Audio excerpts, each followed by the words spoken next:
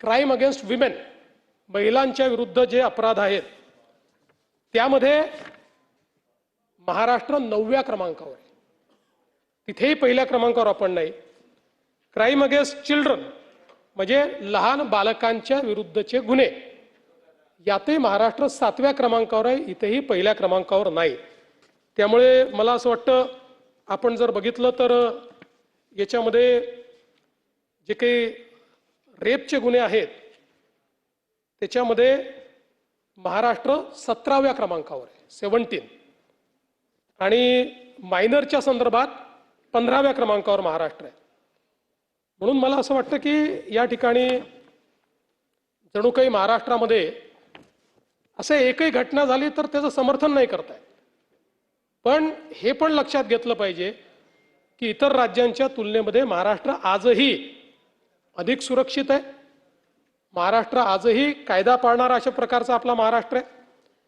आणि आपण जर आता क्राईमचं स्टॅटिस्टिक्स दिलं म्हणून सांगतो की मे 25 ते मे 26 अशी जर आपण तुलना केली तर त्याच्यामध्ये विनयभंग 374 ने कमी, दुखापत 187 ने कमी, जबरी चोरी 271 ने कमी, घरफोडी 295 ने कमी, चोरी 384 ने कमी, आणि गुन्हे उघडकीस येण्याचं जे प्रमाण आहे तेही 2025च्या तुलनेत 3.12% वाढलंय, 82% ते पोहोचलेलं आहे. राज्यामध्ये प्रतिबंधात्मक कारवायांमध्ये देखील या संपूर्ण कालावधीत आपण मोठ्या प्रमाणात वाढ केली आहे.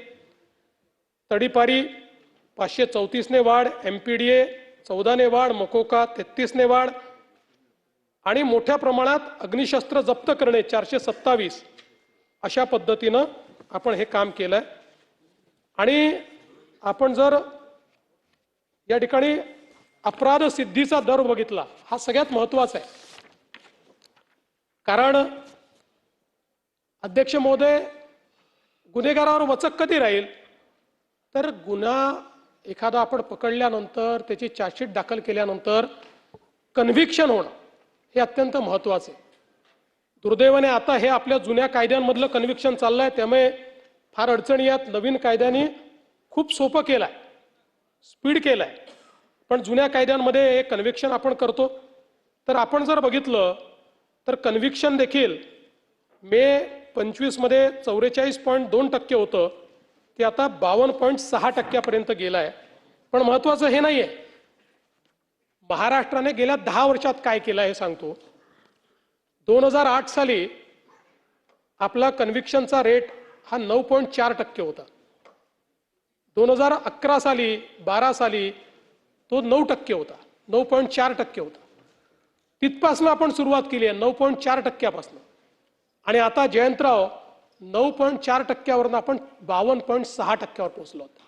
गेल्या 10 वर्षामध्ये कन्सिस्टंटली तुम्ही बघितलं 10 वर्ष 8 आणि 9% आपला हा दर होता की ज्याच्यामध्ये 100 लोकांना आपण जर चार्जशीट केलं 91 सुटून जात होते. आता ते आपण 52%वर पोहोचलो. पण आपल्याला 70%पर्यंत जायचं. मला विश्वास आहे नवीन कायद्यांमध्ये आता जे आपण चार्जशीट करतोय आपण 70च्याही पलीकडे त्याच्यामध्ये जातोय, आताच जातोय. कन्व्हिक्शन्स आता सुरू झाली आहेत आणि आपण जाऊ 80 पर्यंत जाऊ. पण या जुन्या कायद्यांमध्ये जरा काही अडचणी असल्यामुळे त्या ठिकाणी आपल्याला तो प्रयत्न करावा लागतो. दुसरं, आता नवीन कायद्यांमुळे दुसरा फायदा काय झालाय, काही नियम आपल्यावर त्यांनी टाकले आणि त्याचं उत्तम पालन आपण करतोय. ई साक्ष, आता 90.61% गुन्ह्यांमध्ये ई साक्ष आहे. ई साक्षीचा अर्थ काय आहे आपल्याला माहिती आहे, साक्षीदार होस्टाईल होतो. आता ई साक्षीमध्ये ज्या क्षणी आपण नोंदवतो त्या क्षणी ती साक्ष अपलोड होते आणि त्याचा कॅमेऱ्यावर साक्ष जे काही त्याचं हे आहे फिल्म ती पण आपण अपलोड करतो. त्यामुळे आता दिलेली साक्ष ही ज्यावेळेस बदलायची आहे किंवा बदलतात किंवा होस्टाईल होतात त्यावेळी जे चुकीच्या पद्धतीनं त्या ठिकाणी काम करतात आणि होस्टाईल होतात यांची संख्या एकदम कमी होईल.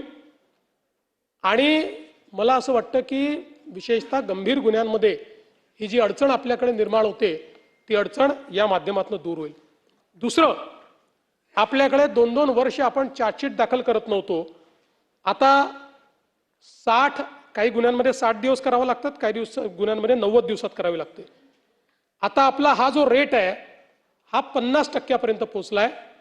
म्हणजे 50% केसेसमध्ये आपण 60 ते 90 दिवसामध्ये चार्जशीट दाखल करतो. पण त्याच वेळी